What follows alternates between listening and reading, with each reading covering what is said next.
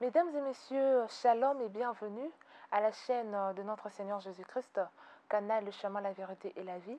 Et bienvenue également à cette émission où nous recevons pour vous des témoignages de nos bien-aimés qui ont vu, qui ont palpé la main de notre Seigneur Jésus-Christ et qui se sont décidés de ne pas se taire, de ne pas garder silence, mais de bien vouloir nous faire part de merveilles de Dieu dans leur vie. Cela se passe à la Cité des Triomphes. Ils nous viennent de tous les quatre coins du monde, de bien-aimés qui sont venus pour rendre grâce à Dieu qui nous a délivrés. Ils n'ont pas préféré rester chez eux, ils ont voulu venir à la Cité des Triomphes et nous rendons grâce à Dieu pour cela. Et aujourd'hui, nous avons l'honneur de recevoir pour vous notre sœur Grace Matola. Sœur Grace, bonjour. Bonjour. Et bienvenue. Vous êtes à l'aise à Kinshasa? Ah, vraiment, c'est un beau pays, je suis vraiment à l'aise, confortable. Vraiment, gloire au Seigneur. Nous rappelons que la sœur Grace Matola est de la promotion Jaël. Elle nous vient du siège de Dubaï aux Émirats Arabes Unis. Elle est coordinatrice du siège de Dubaï. Elle est manager d'école et businesswoman. Yeah. Alors, comment cela se passe à Dubaï? Vous vous êtes habitué avec le pays ou vous avez grandi là-bas? Vous êtes allé par la suite de temps? Comment cela s'est passé? Je suis allée à Dubaï en 2013. D'accord. Je suis allée en tant qu'étudiante. Ok. Et avec le temps, j'ai fait Dubaï mon deuxième pays, ma Vraiment. maison. Je me suis tellement familiarisée avec la culture, la température et tout. Et c'est même Dubaï qui m'a inspirée. Si aujourd'hui je suis businesswoman, c'est Dubaï qui m'a inspirée à devenir un businesswoman. Vraiment, ça se passe bien et je vous invite à visiter Dubaï. Vraiment, nous y serons par la grâce de Dieu. Nous y serons.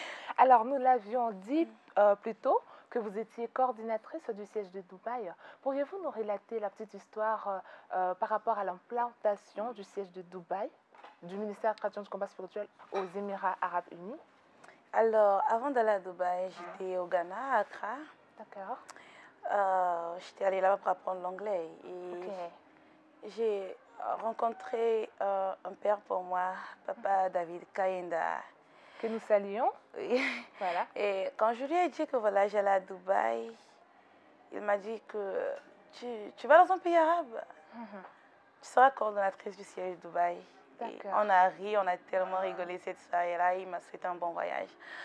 Alors, quand je suis arrivée, d'abord les églises étaient rares. Et moi qui étais déjà habituée avec la chaleur de la JCC, exactement, j'ai commencé vraiment à perdre cette chaleur. Je me suis rapprochée d'une église nigériane. Les églises sont rares, ouais. Je me suis rapprochée de l'église nigériane. Et vraiment, l'ambiance de la JCC, la chaleur, la prière, le zèle de la JCC m'a tellement manqué. Vraiment. Et un jour, je me suis dit que voilà, non, c'est assez. Je dois faire quelque chose. J'ai commencé à prier moi-même. Je me suis dit, tiens, je peux louer une salle. Waouh. Donc, je loue une salle. Vous êtes décidée comme ça, toute seule. Waouh. Je loue une salle. Je fais comme si c'était l'adoration. Voilà, et je fais la modération seule. Avec les chaises. Avec les chaises. J'écoute la prédication. Vraiment. Je voulais juste cette atmosphère-là. Exactement. En passant, je suis née à la JCC, je suis née au combat. Et toute ma vie, je n'ai vécu que ça. Donc, ça me manquait tellement. C'était normal. Et voilà. Donc, chaque fois après l'adoration que j'ai organisée moi-même, je me sentais tellement bien, tellement bien, tellement bien. Et je me suis rappelée d'une révélation un jour. Je pense que je devais avoir 8 ans. 8 ans. Il y avait une personne qui était morte, un mort, dans le rêve. Je me suis approchée vers la famille, ils étaient en pleurs, ils tâtonnaient vraiment, la personne est morte et tout. Et dans le rêve, j'ai prié pour cette personne, la personne s'est réveillée.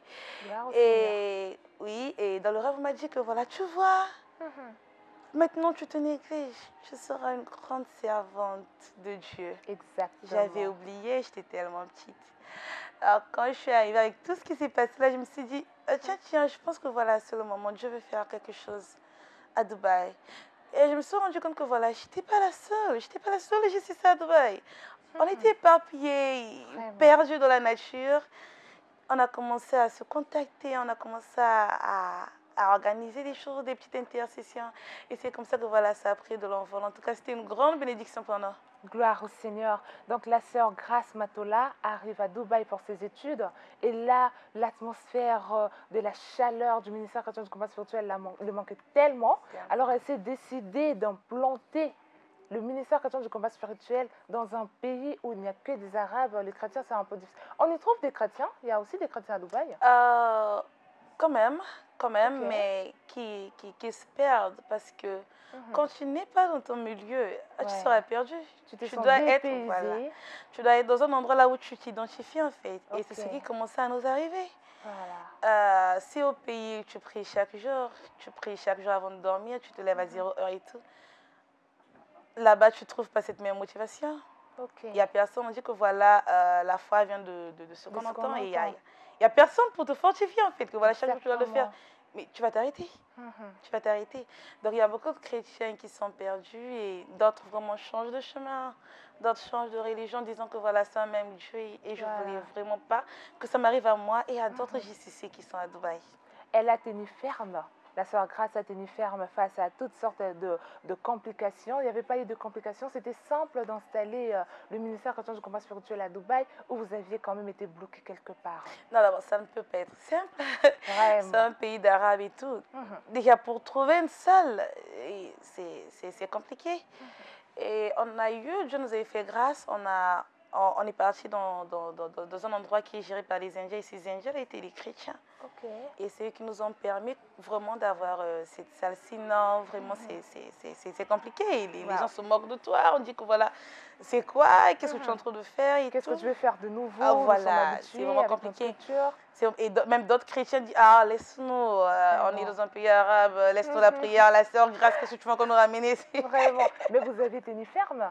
En tout cas, par la grâce de Dieu, Dieu m'a beaucoup fortifiée. Et tous mes parents spirituels que je salue en passant, Papa Kainda, je l'ai mentionné, Papa Franck Muzembo, Papa Némi, Papa Silas. En tout cas, vous êtes tellement nombreux, je ne peux pas tous vous citer. Je vous salue. Merci du grand travail que vous avez fait dans ma vie et dans le siège de Dubaï. Gloire au Seigneur. Aujourd'hui, nous avons le siège de Dubaï. C'est parti d'une histoire. Il y a eu une femme qui s'était levée, qui s'était décidée de pouvoir implanter le ministère chrétien du combat spirituel dans la ville de Dubaï. Nous rendons grâce à Dieu pour ça. C'est vraiment une occasion de rendre grâce à Dieu également. Nous avons multiples occasions, nous avons multiples sujets pour pouvoir rendre grâce à ce Dieu-là. Alors, qu'est-ce que le Dieu de la justice a fait dans votre vie? Vous avez dit que vous y étiez allé pour les études. Oui. Cela a marché, ça a été une réussite pour vous? Aujourd'hui, je suis titulaire de 2 masters en finance et en ressources humaines. Je prépare mon doctorat. Amen. Quand je vois aujourd'hui que voilà, c'est moi grâce qui a tous ces diplômes, je me dis, wow, my God. Le Dieu de la justice, le Dieu de l'excellence. It's so wonderful, so wonderful, so wonderful. Je suis née d'une famille d'esclaves. Et quand je parle d'esclaves, esclaves physiques, esclaves spirituels. Comment avez-vous su que vous étiez née d'une famille d'esclaves?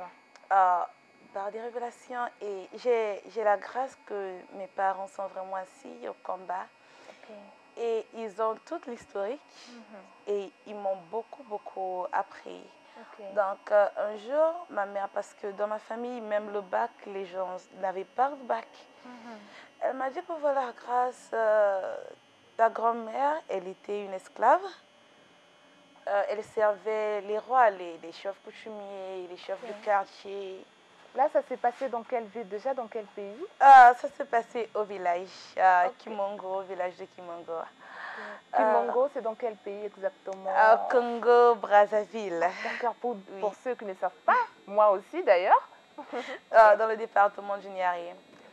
Et on l'a permis d'avoir un mari et des enfants. Et ces enfants devaient continuer en fait ce travail d'esclave. Oui, la journée tout comme la nuit.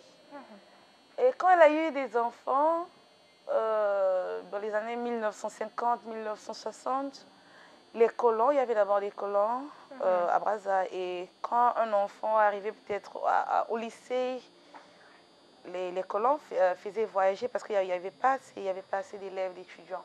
Ok. On fait voyager en Europe. Et ces enfants commençaient à partir. Et ces chefs coutumiers sont révoltés que, mais qu'est-ce que nous sommes en train de faire? Et qui va nous servir, qui va servir nos enfants. Voilà. C'est là, ça c'est une lignée d'esclaves. Et tout le village, un jour, autour du manguier, ils ont fait une réunion et ils sont convenus que voilà, autour du manguier, à partir d'aujourd'hui, plus personne n'aura le bac dans cette famille. La condamnation est partie de là. De peur qu'ils voyagent. Et ça s'est passé physiquement, spirituellement, approuvé par tout le village. Seigneur. Et c'est comme ça que personne dépassait le lycée. Donc, personne n'arrivait à avoir le bac. Depuis cet acte-là, dans votre famille, il y avait un blocage. En Les tout gens cas, n'avaient pas de bac. Cela un a été grand condamné blocage. depuis 1900, combien déjà? 1950-1960. Ok. Et l'a condamné à ne jamais sortir du pays, à ne jamais sortir du village même. Wow. Et à ne jamais réussir à être toujours bas pour continuer à les servir. Déjà, vous aviez été condamné à l'esclavagisme. On ne monte pas, on est toujours au bas de l'échelle. Vraiment, oui. Et dans 1997, mes parents osent fuir le village. Et le monde était s'est révolté. Hein. Exactement. Ils étaient attaqués par l'esprit de mort. Et la pauvreté, ils dormaient dans la rue. Quand ils sont arrivés, il n'y avait personne, il n'y avait personne, il n'y avait personne. Vraiment, c'était une vie, je ne sais pas comment qualifier. Ils ont voulu échapper à cette loi. Oh oui, ils ont voulu échapper à la loi qui condamnait tout le monde à rester au village, à ne pas avoir de bac, à être vraiment des néants. Ils ont osé, mais ils n'étaient pas au combat, donc cela les a rattrapés en tout cas. Exactement. Ils étaient vraiment, vraiment frappés. Et je suis née, j'ai dit que voilà, je suis née au combat, par la grâce de Dieu. Amen. Et quand je suis née, que Dieu bénisse maman Annie, quand j'étais au petit David,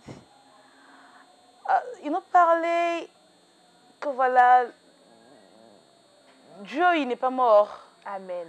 Dieu, il n'est pas mort. Et vous voyez ce que Dieu est en train de faire dans la vie des Yaya là. Il va faire ça dans votre vie. C'est le même Dieu. Et j'ai commencé à m'attacher à ce Dieu. Je me suis dit, attends, si Dieu peut vraiment délivrer ma famille, parce que moi, je vais étudier, je vais faire des grandes études. Vous aviez pris conscience de votre situation, oui. De votre état, dès votre bas âge. Vraiment, je bénis beaucoup, beaucoup maman Annick, aujourd'hui maman Yvan, de Pointe-Blanche. Elle a été vraiment, vraiment de beaucoup. Amen. Et les parents nous ont enseigné que voilà, le plus grand héritage, c'est Jésus-Christ. Amen.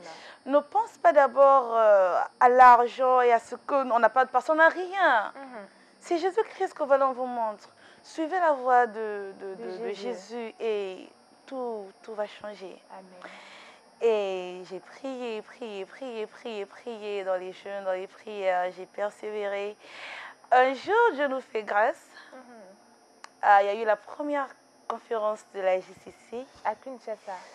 Moi qui n'avais jamais voyagé, notre famille on ne voyage pas, je prends quand même le risque. Ah, donc votre premier voyage a été le déplacement du Congo-Brazzaville à Kinshasa. À la première conférence, oui. Gloire au Seigneur. J'ai dit, maman, l'année prochaine, je vais faire le bac. Je venais même à peine de venir ici. Je veux faire le bac. Je veux que voilà cet homme. Tout le monde n'a pas de diplôme. Oui.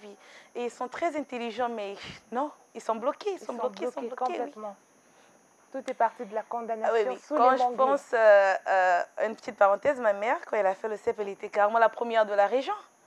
On est venu la chercher par les blancs et tout, mais après, elle a bloqué. J'ai eu peur, je me suis dit non, en tout cas, mieux vaut Dieu doit faire quelque chose. Voilà. Quand j'arrive, l'homme de Dieu qui prêchait, nous a vraiment fortifiés. Il a dit que Amen. voilà, les choses peuvent changer. Et je comprends pourquoi on dit que voilà, le royaume de Dieu appartient aux enfants. Hein? Exactement. Parce que les enfants croient sans hésiter. Les enfants croient à tout ce qu'on leur dit. Ils ne réfléchissent pas. Et voilà pourquoi Dieu agit vraiment chez les enfants. Exactement. Cet homme dit que voilà, prends tout ce que tu as, viens déposer, Dieu va faire quelque chose. Et quand j'ai vu avec moi, j'avais rien, on était tellement pauvres. Même à l'église, on partait parfois à pied. On partait à pied. On vivait dans une maison qui n'avait pas de porte, pas de tôle. Quand il pleut, À ciel ouvert comme ça. Oui, quand juste des nappes.